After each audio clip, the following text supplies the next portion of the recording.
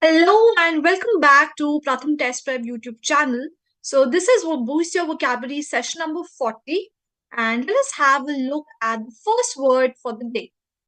So the first word is sapient. Now whether you have studied science in your junior classes till at least 10th or not, I believe all have heard about the word Homo sapiens, which refers to human beings.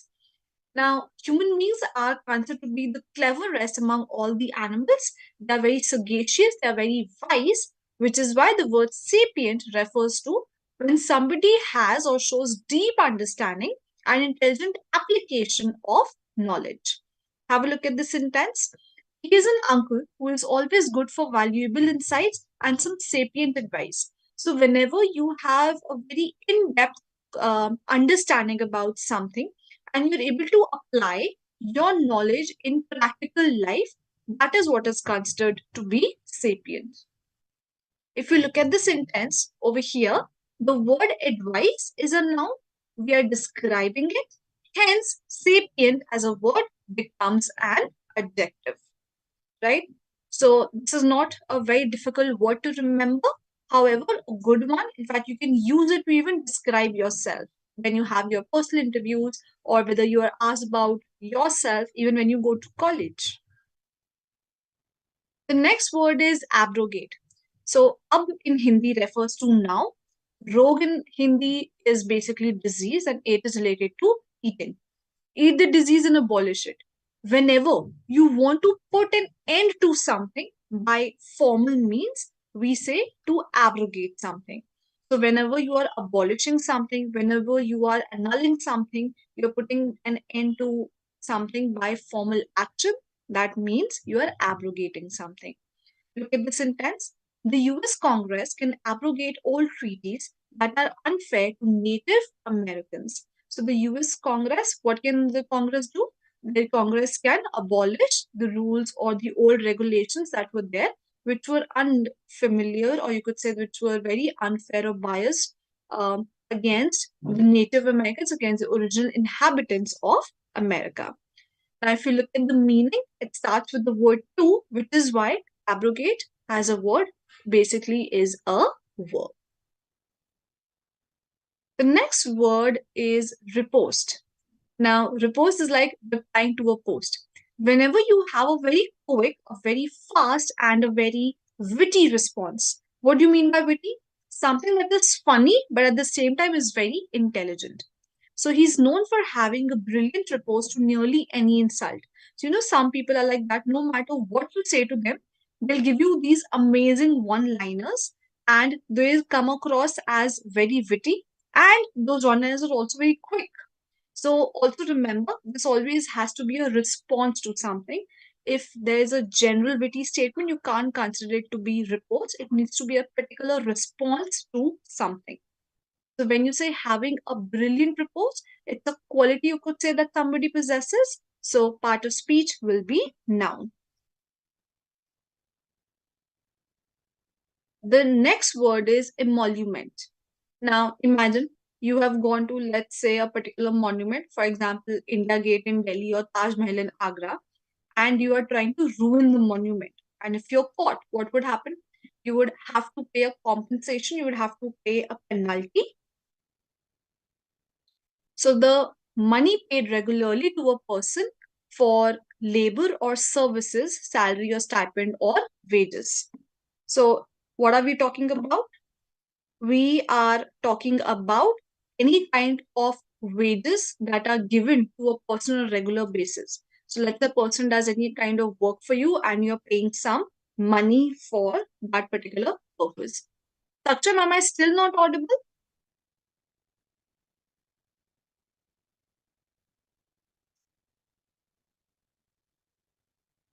The ones who are attending the video and watching the lecture right now, please quickly tell me if I'm audible or not.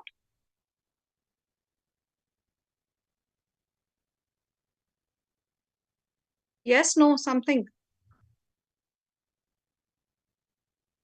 Okay. Look at the sentence. The annual emolument for the director of the charity is officially only $1. When you say annual emolument, it basically refers to annual amount of money that the person is being paid. Now, since these are wages and salary and stipend, the part of speech is noun. All right. The next word is panacea. Now, look at the mnemonic pain, I will see ya. So, panacea is like an elixir. It's something that cures all ills or all kind of problems that you have. Sometimes that panacea would also refer to a person in your life. So, no matter how bad your day has been, you see that person once and you're automatically extremely happy. She seems to believe that chicken soup is a panacea for nearly everything. So you're saying that no matter what life problem this person is suffering from, if she has chicken soup, everything becomes absolutely perfect and she does not have any other problem after that. Now, since we are talking about some particular thing over here, you are saying a panacea. So the word panacea automatically becomes a noun. The next word is Mirosity. Well, I believe we all have seen the movie Kabhi Khushi Kabhi Gum, right? So instead of calling the movie Kabhi Khushi Kabhi Gum, we can say Kabhi Khushi Kabhi Mirosity. So mirosity refers to extreme misery, agony, sorrow. Basic words, dukh, dard, takleef. When there's an extreme of it, when you extreme sadness की अगर हम बात करें, that is what mirosity refers to. Look at the sentence. In the life of Van Gogh, morosity has never been subtle. So, agony and sorrow was something that was a major part of it, and hence Van Gogh paintings also reflect that to a great extent. Because you're talking about misery, agony, sorrow, the part of speech is a noun. In particular, if we say this is an abstract noun. Shweta, thank you for your response. The next word is hoodwink. Now, look, I hope you all have read the story of Red Riding Hood as a child, right? Look at the mnemonic aid. Wolf hoodwinked Red Riding Hood. Whenever you cause someone to believe something that is untrue, to con, to bluff. Basically, what we are doing is you are manipulating someone and you're making somebody believe in something that is actually false, right? आप किसी को believe करवा रहे हो कि जो आप बोल रहे हो वो बहुत सच है जबकि जो आप कर रहे हो that is actually wrong or that is a lie. Tom Sawyer famously hoodwinked the other boys into thinking there was nothing more enjoyable than whitewashing a fence. So, what did Tom Sawyer do? Tom Sawyer made people believe कि fence को paint करने से better white wash करने से better दुनिया में कोई और बेटर काम और फन काम एग्जिस्ट कर ही नहीं सकता. So this is the book we are talking about, Mark Twain. If you people have heard, we are talking about that. When you say to cause to believe, the meaning starts with to, so the part of speech automatically is a verb.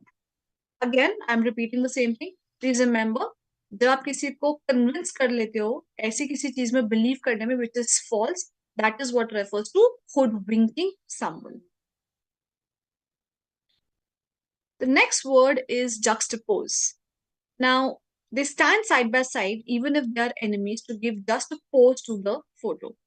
So sometimes what happens is we arrange different things together.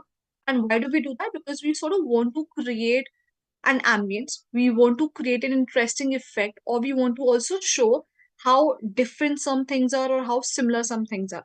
So let's say if we talk about a gender reveal party, what happens is we use the decor of using colors, we create the decor using the colors blue and pink. So they're contrasting colors, but they're trying to show some image, or you could say they're trying to portray a message, right?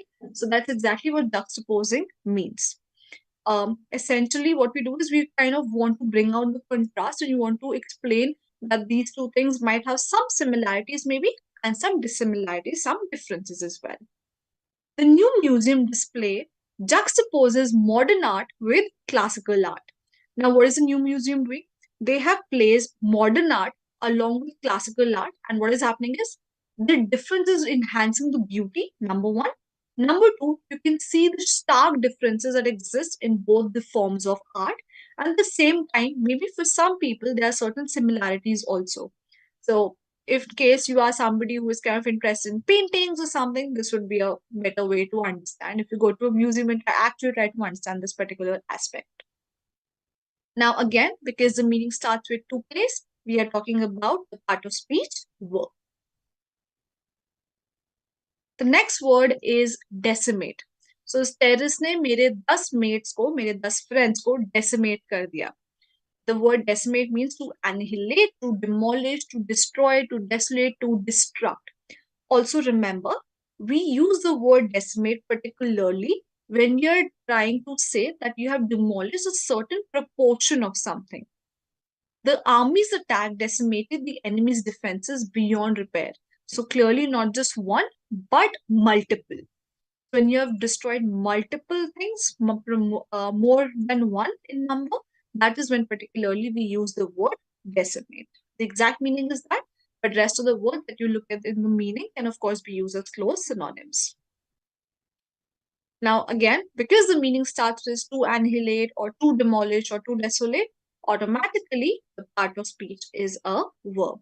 Now in this particular slide, annihilate and desolate are important words along with decimate, of course, and these are the ones that can appear in your exam, so please make sure that you remember them. The next word is nonchalant. The non plus chalan is equal to जो police वाला चालान ना काटे वो unconcerned होगा. So Soto, you are driving and you're overspeeding and the traffic police sees you, but the traffic policeman does not stop you and they do not he does not cut a challan for you. So उसका क्या reference हुआ या क्या मतलब हुआ, फर्क ही नहीं पड़ता. You are absolutely unconcerned. So nonchalant would mean when you have or you show a lack of interest, you have no concern, or you're very apathetic. You do not have any emotions, right? फर्क ही नहीं पड़ता, unconcerned altogether is what nonchalant would mean.